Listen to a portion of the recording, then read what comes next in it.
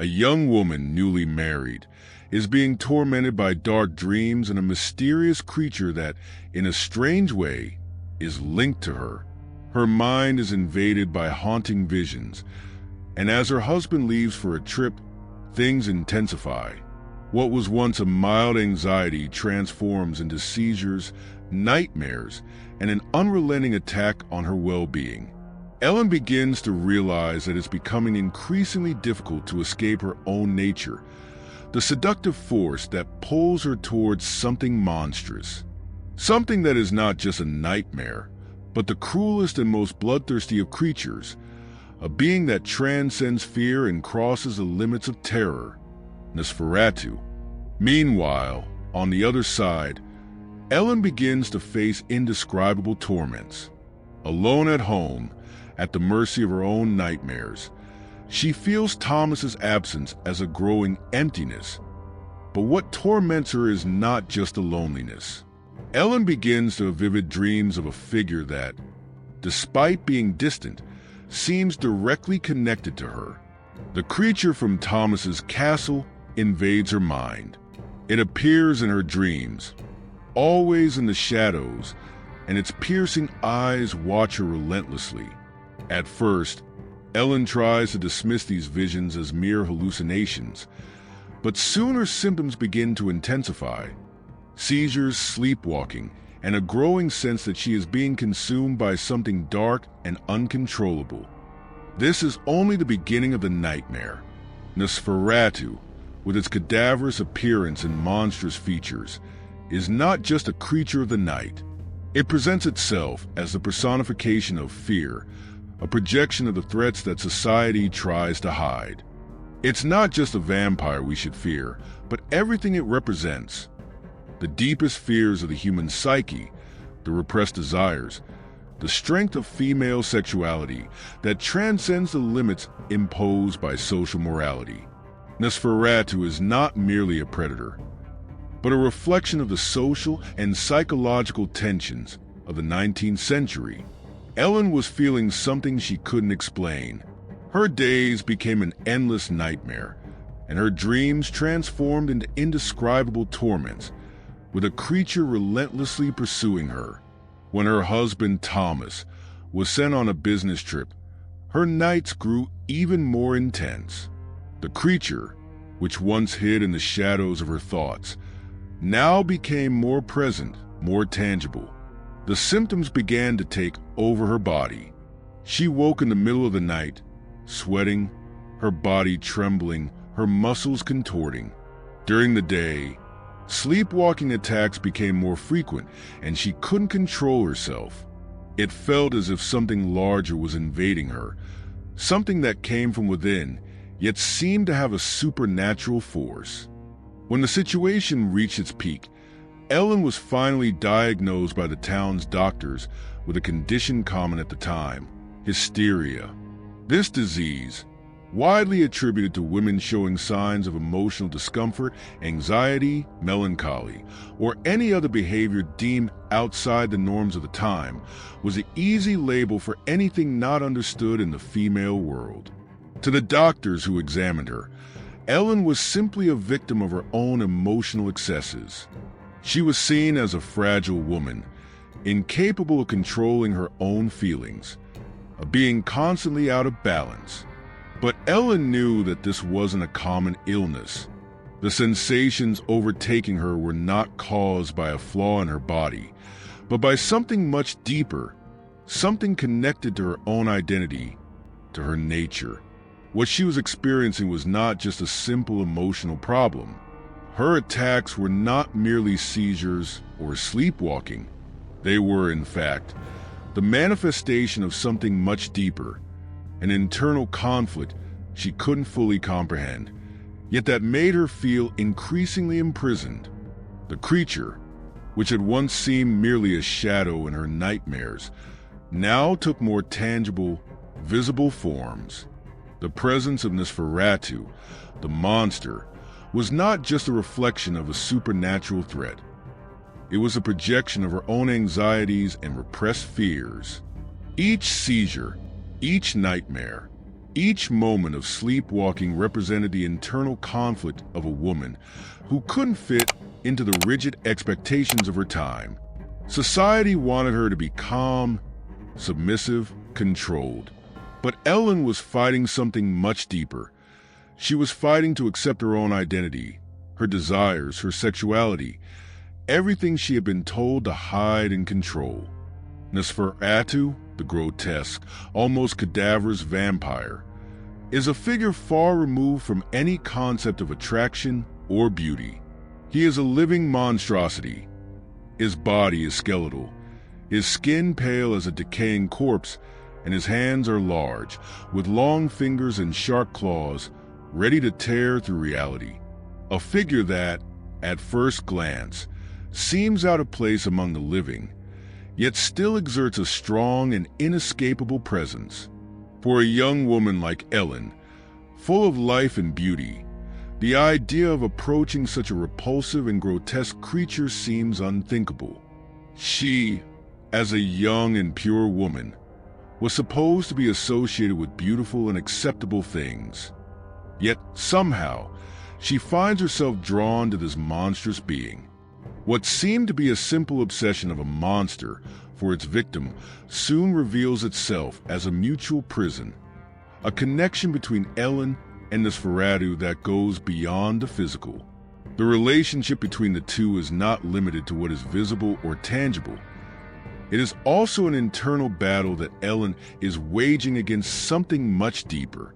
Though Nosferatu is a visibly horrific creature, repulsive and without any charm or seduction, he represents the most repressed part of the human psyche, that part of human nature that, like the darkest fears, cannot be kept hidden for long.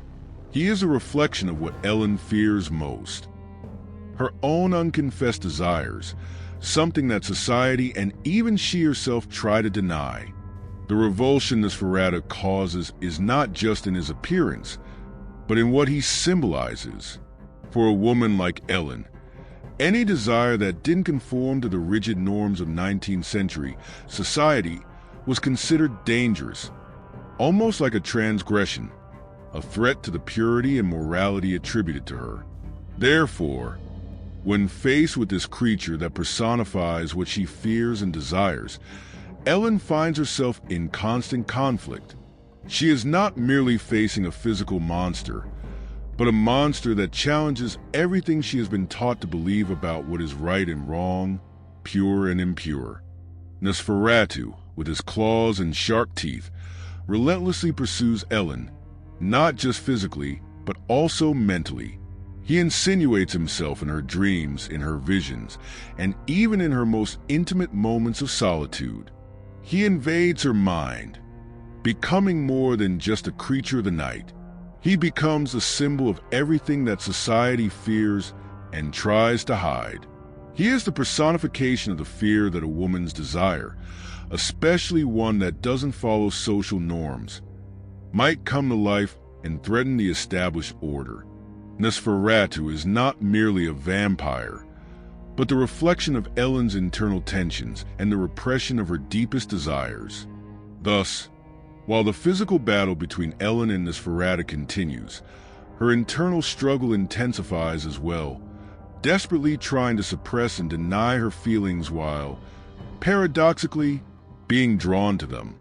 The monstrous creature chases her, but ultimately, it is Ellen's own psyche, her own repressed desires, and the impositions of a repressive society that keep her captive. Nosferatu is, in the end, not just an external threat, but a manifestation of something that could never be fully contained. The woman's desire, the part of her nature that cannot be ignored indefinitely. And while Ellen struggles to free herself from Nosferatu, she is also fighting the limits of her own existence and the social prison that seeks to deny her humanity and her most authentic impulses. Nosferatu, dissatisfied with not having tamed Ellen in life, decides to take her to the limit of her resistance. He brings with him a plague, a curse that, as a reflection of Ellen's own nightmares, would spread throughout the town, bringing death to those she loves. desperate and without alternatives, Ellen faces an unbearable dilemma: succumb to the monstrous creature or risk the death of everyone around her. And so, against her will and her own principles, she surrenders to Nosferatu. She lies with him, sealing her fate at dawn. What once was a game of resistance becomes a complete surrender, a desperate act that, in some way, liberates her. Ellen's husband, Thomas, who finally returns to try and undo the curse, could never imagine that his wife, a woman of society, would have yielded so easily to the monster. He, lost in his concern for his beloved's salvation, does not understand the true internal battle that Ellen is fighting. While he desperately searches for a solution, she had already, in some way, resolved her own struggle. She did what, for her, seemed like the only way to end the torment, the repression, and the desires that consumed her. In Thomas's eyes, what happens is a tragedy, but in Ellen's eyes, it is something much deeper. When the plague spreads and Nosferatu, now stronger than ever, departs, everything seems to return to normal. However, the normality that follows is just the surface of a much greater sacrifice. Ellen's sacrifice is not just her death, but her surrender to the desires she had to conceal her entire life. She is not just dying, but finally freeing herself from everything society forced her to hide. By dying with Nosferatu, she not only breaks the curse that haunted the town, but also breaks the invisible chains that imprisoned her as a woman. Ellen's death, seen by many as punishment for her desires or a punishment for her struggle against repression, can be interpreted differently. Instead of a tragic end, it represents a kind of symbolic rebirth. Ellen frees herself not only from Nosferatu, but also from a life of obedience and fear that made her hide her true feelings and desires. Her death, far from being a punishment, is a way of embracing her freedom, of finally breaking free from a society that incarcerated her within its norms and expectations. This death, far from being a punishment, is liberation. By dying alongside Nosferatu, Ellen finally frees herself from the expectations of a repressive society, from the forces that made her hide her own nature. Her death is not the end of her struggle, but the beginning of a new form of existence, one where repression and shame no longer have a place. She dies with the monster, but by doing so, she is freed. She is finally free to be who she truly is, without fear, without guilt, without shame. And this freedom is the true resolution of the story. Through Nosferatu, we understand that the story is not just about an evil vampire seeking a young maiden to satisfy his desires. The creature is much more than a monster. It represents something deep and universal, the manifestation of the repressed fears and desires of the human psyche. Nosferatu is the reflection of a collective fear that goes beyond the supernatural, representing the anguish of breaking established social norms and exploring the darkest recesses of the mind. Nosferatu, in his grotesque and repulsive form, not only physically pursues Ellen, but also invades her mind, functioning as a personification of everything society fears and tries to hide. He is a reflection of the norms and values of a time when female sexuality, desires, and intense emotions were considered dangerous, and often even seen as monstrous. Rather than being a simple story of a struggle against an external evil, Nosferatu becomes a powerful metaphor for the deepest human fears. The fear of exploring the unknown, the fear of embracing our own shadows. What the film shows us is a battle that takes place within Ellen, but that connects with all of us. Nosferatu is the monster we all carry within us, a representation of the aspects of our psyche that we prefer to ignore or repress. He is not just a supernatural creature, but a symbol of the internal forces that imprison us, that try to make us conform to society's expectations.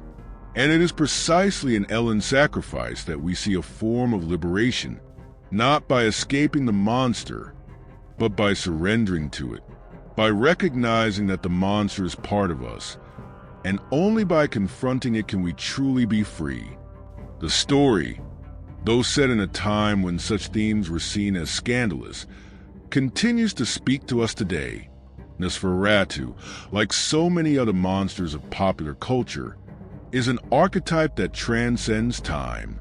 He is the embodiment of the darkest aspects of the human experience, those things we try to ignore but that are always present. Nosferatu represents a freedom that comes not from escaping our fears, but from embracing them.